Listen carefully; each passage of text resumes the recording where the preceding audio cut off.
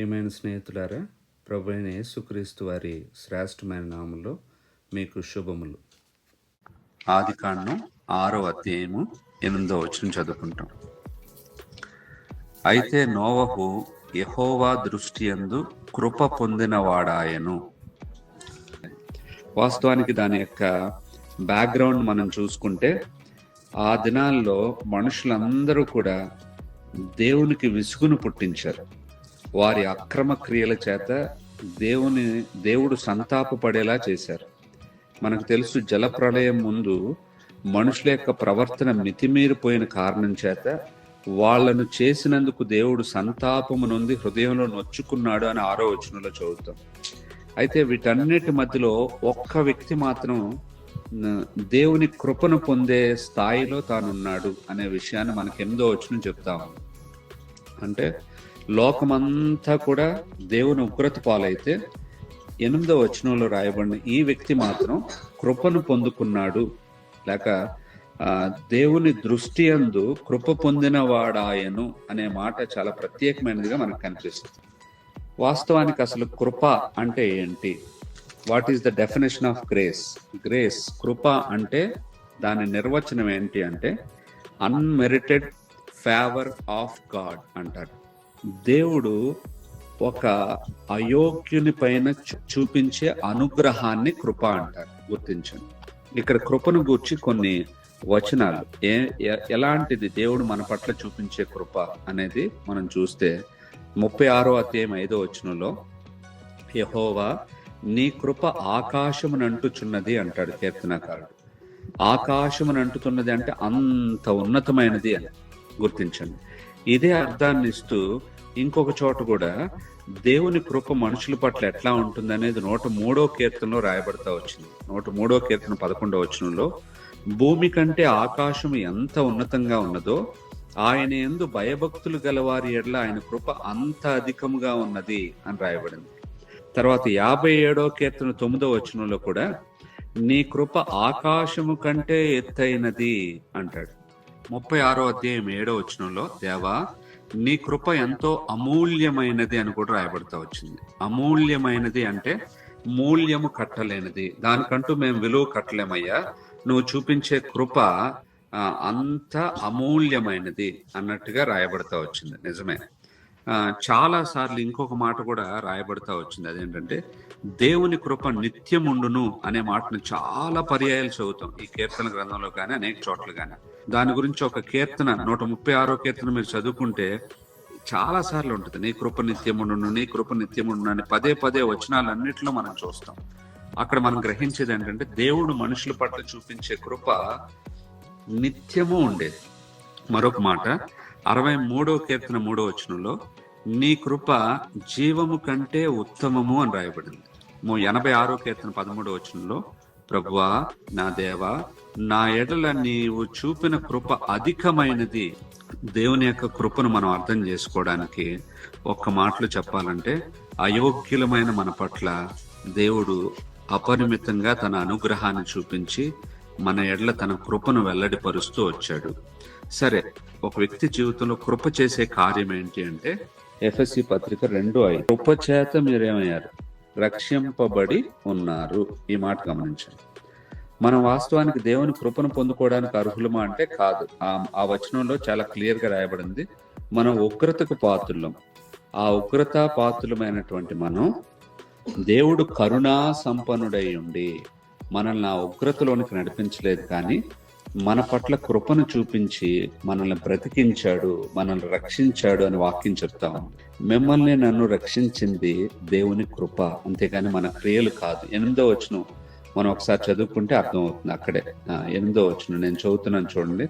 మీరు విశ్వాసము ద్వారా కృప చేతనే రక్షింపబడి ఉన్నారు, ఇది మీ వలన కలిగినది కాదు, దేవుని వరమే. కాబట్టి మన రక్షణ అనేది మన క్రియలతో జరిగేది కాదు. మన మంచి క్రియలను చూసి దేవుడు మనల్ని ఏర్పాటు చేసుకోలేదు, మన మంచి క్రియలను చూసి దేవుడు మనల్ని రక్షించలేదు.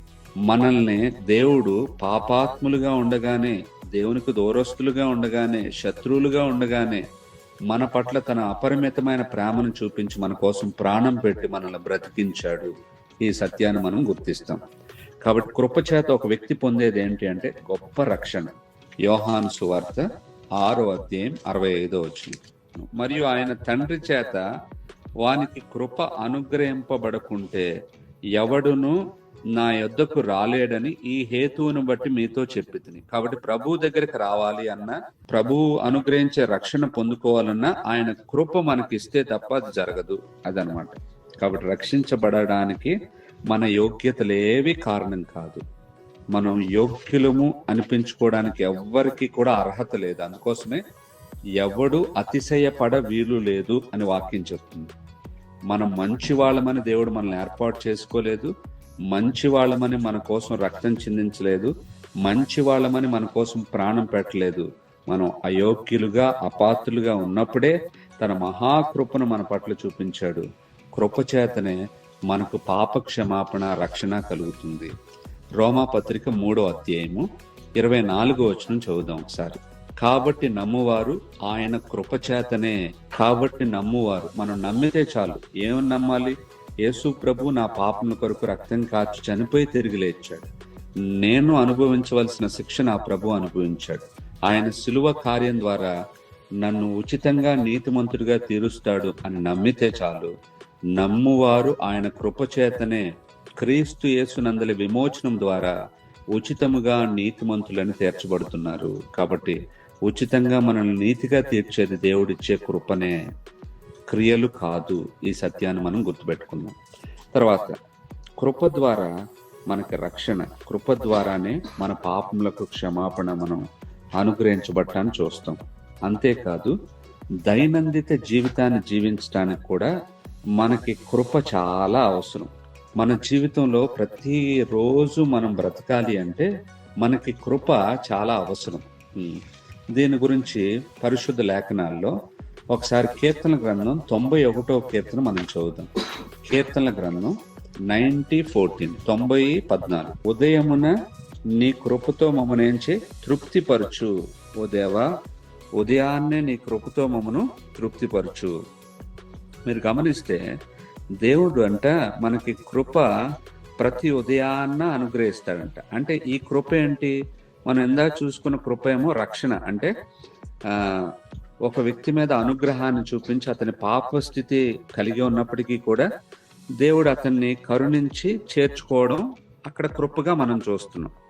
కానీ ఒక విశ్వాసిగా మారిన తర్వాత మనకి కృప ఏం నేర్పిస్తుందంటే దేవుని నుండి ఆయన అనుగ్రహాన్ని పొంది ఆయన సహాయం చేత ఈ లోకంలో జీవించడాన్ని మనకు నేర్పిస్తుంది. ఒకవేళ ఆ కృప మనకు లేకపోతే మనం ఈ లోకంలో సాతానును, లోకాన్ని, పాపాన్ని, శరీరాన్ని జయించి నిలవలేము.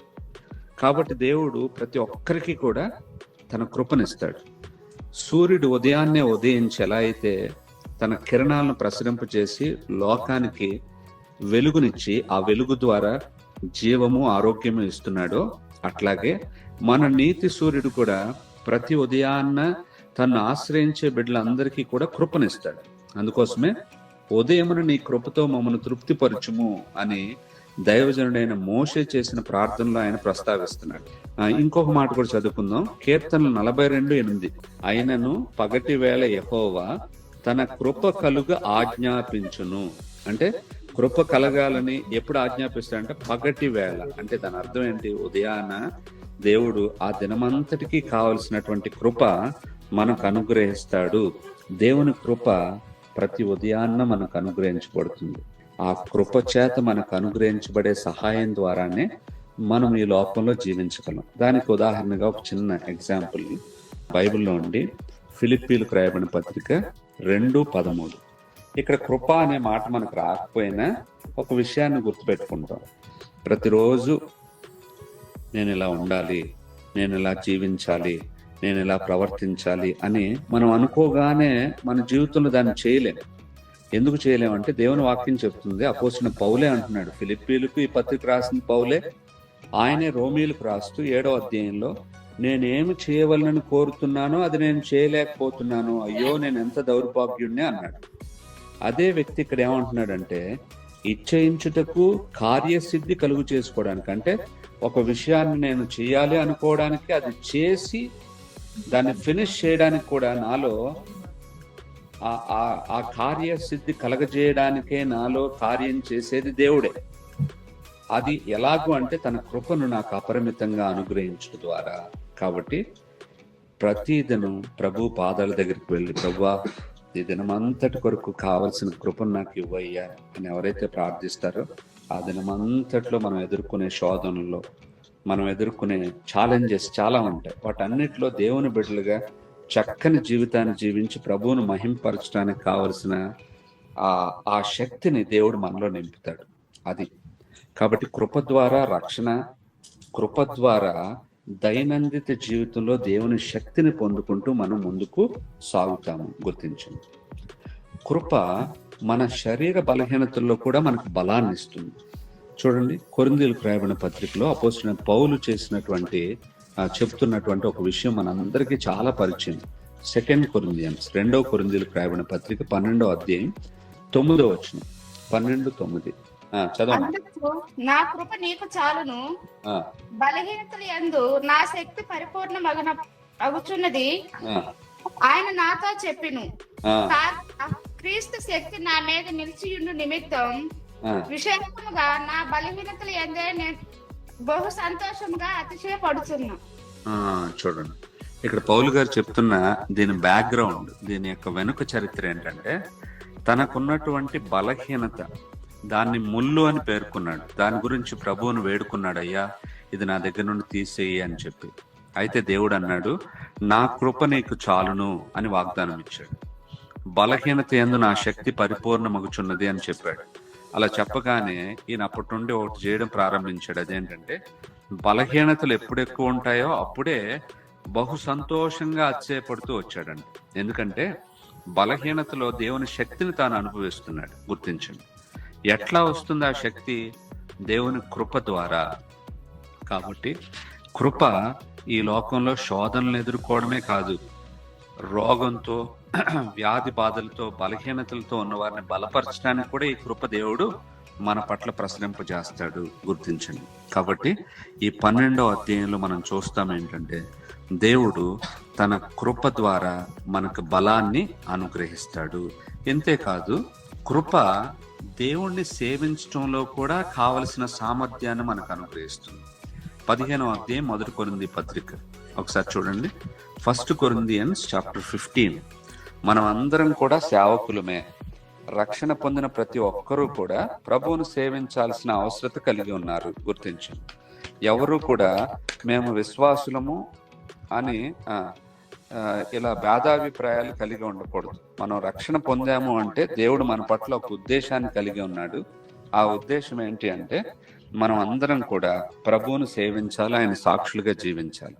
అయితే సేవించడానికి ఏం అవసరం అనేది మనం చూస్తే 15వ అధ్యాయం 10వ వచనం చూడండి. అయినను నేనేమై ఉన్నానో అది దేవుని కృప వల్లనే అయి ఉన్నాను, మరియు నాకు అనుగ్రహింపబడిన ఆయన కృప నిష్ఫలం కాలేదు గాని వారందరికంటే నేను ఎక్కువగా ప్రయాసపడుతుని. ప్రయాసపడినది నేను కాదు, నాకు తోడై ఉన్న దేవుని కృపయే అనే మాటను మనం చూస్తాం. కాబట్టి ఇక్కడ మీరు గమనించాల్సింది ఏంటంటే, దేవుడంట కృపనిస్తాడు. ఆ కృప మనం దేవుని కొరకు ప్రయాసపడటానికి కావలసిన సహాయాన్ని మనకు అనుగ్రహిస్తుంది. ఆ మాటనే ఇక్కడ పౌలు గారు చెప్తున్నారు. నేను ప్రయాసపడ్డాను, విశేషంగా అపోస్తలులందరికంటే ఎక్కువ ప్రయాసపడ్డాను, కానీ ప్రయాసపడినది నేను కాదు, నాకు తోడై ఉన్న దేవుని కృపయే అంటున్నారు. చూడండి, అంటే ప్రభు కొరకు సేవించటానికి కావలసిన ఆ ప్రయాస పడటానికి కావలసిన సహాయం కృప ద్వారా మనకు దొరుకుతుంది. అది మనం నేర్చుకోవాల్సిన విషయం. కాబట్టి ఆ కృప ద్వారా బలపరచబడితేనే ఎవరైనా ప్రభువును సేవించగలరు.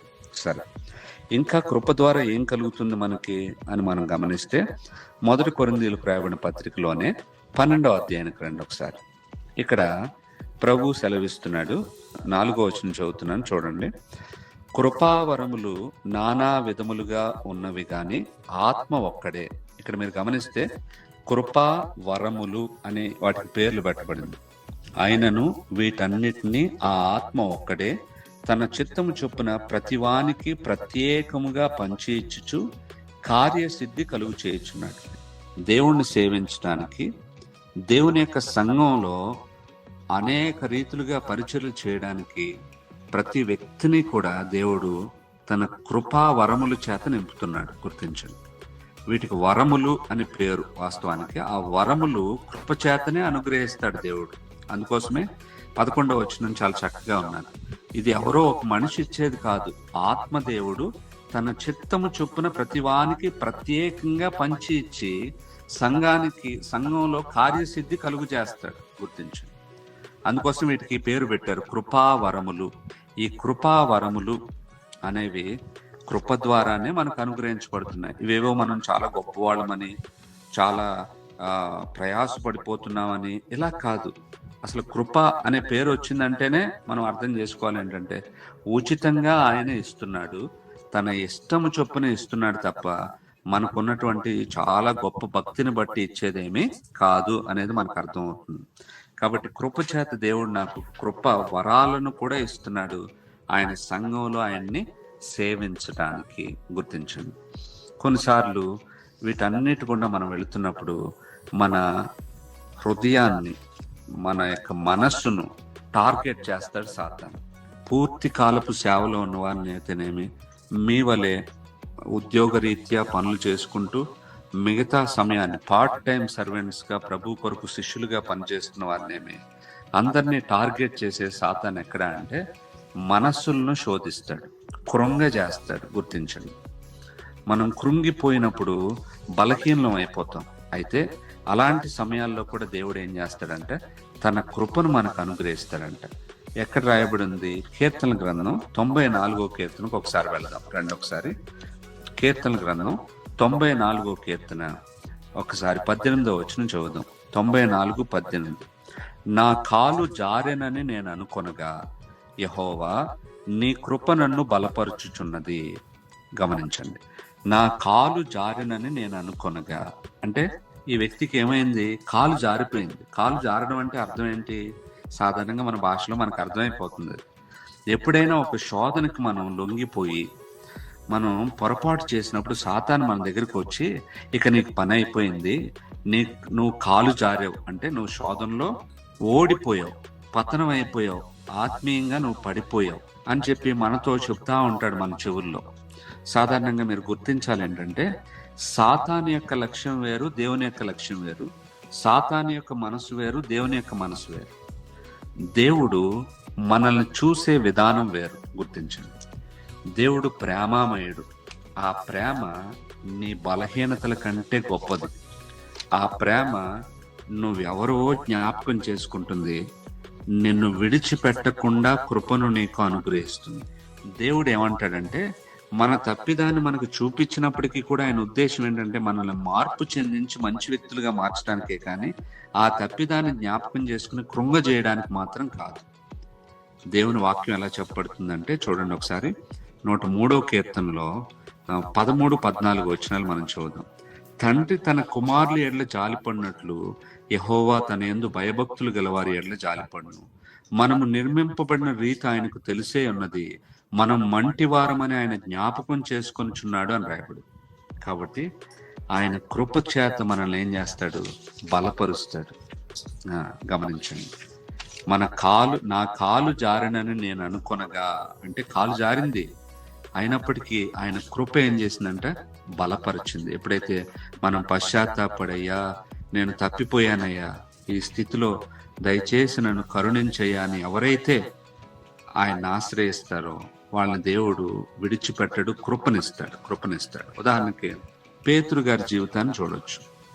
పేతురు సముద్రం మీద నడవడానికి ప్రభువును కోరినప్పుడు సముద్రం మీద చక్కగా నడుచుకుంటూ ప్రభు దగ్గరికి వెళుతున్నాడు. ఈ లోపు గాలిని సముద్రాన్ని చూచి భయపడి మునిగిపోసాగాడు అని రాయబడింది. అలా మునిగిపోతున్న వ్యక్తి అయ్యా నన్ను రక్షించు అని ప్రార్థించగానే ప్రభు తన చేయి చాప అతను పట్టుకుని మళ్ళీ ఆ పడవలోనికి ఎక్కించాడు. యేసు క్రీస్తు ప్రభు వారు శరీరధారిగా ఉన్నప్పుడు ఆయన చూపించిన కృపకి ఇది ఒక సాదృశ్యం. మన జీవితంలో మనం పతనమైపోవడం దేవుని చిత్తం కాదు. అయితే దేవుడు కొన్నిసార్లు మన బలహీనతలు మనకు తెలియచేసేది ఎందుకోసమో అంటే, మన బలహీనతలు మనకు తెలియచేయటం ద్వారా మనల్ని సరిచేసి ఇంకా కృపనిచ్చి మనల్ని ఇంకా బలపరచడానికి. అంతేకాదు, ఈ కృప మానకుండా చూపించి నిత్యత్వం వరకు నడిపించడం దేవుని యొక్క ఉద్దేశం. అందుకోసం ప్రభు అంటాడు, శాశ్వతమైన ప్రేమతో నేను నిన్ను ప్రేమించున్నాను కనుక విడువక నీ ఎడల కృప చూపుతున్నాను అంటాడు. ప్రభు అయిన యేసుక్రీస్తు వారి కృప మీ అందరికీ తోడై ఉండును గాక. ప్రియమైన స్నేహితులారా, ఈ వాక్యం మీ ఆత్మీయ జీవితాలకు ఆశీర్వాదకరంగా ఉన్నట్లయితే లైక్ చేయండి, కామెంట్ చేయండి, షేర్ చేయండి, సబ్స్క్రైబ్ చేసుకోండి, పక్కనే ఉన్న బెల్ బటన్ను ప్రెస్ చేయండి.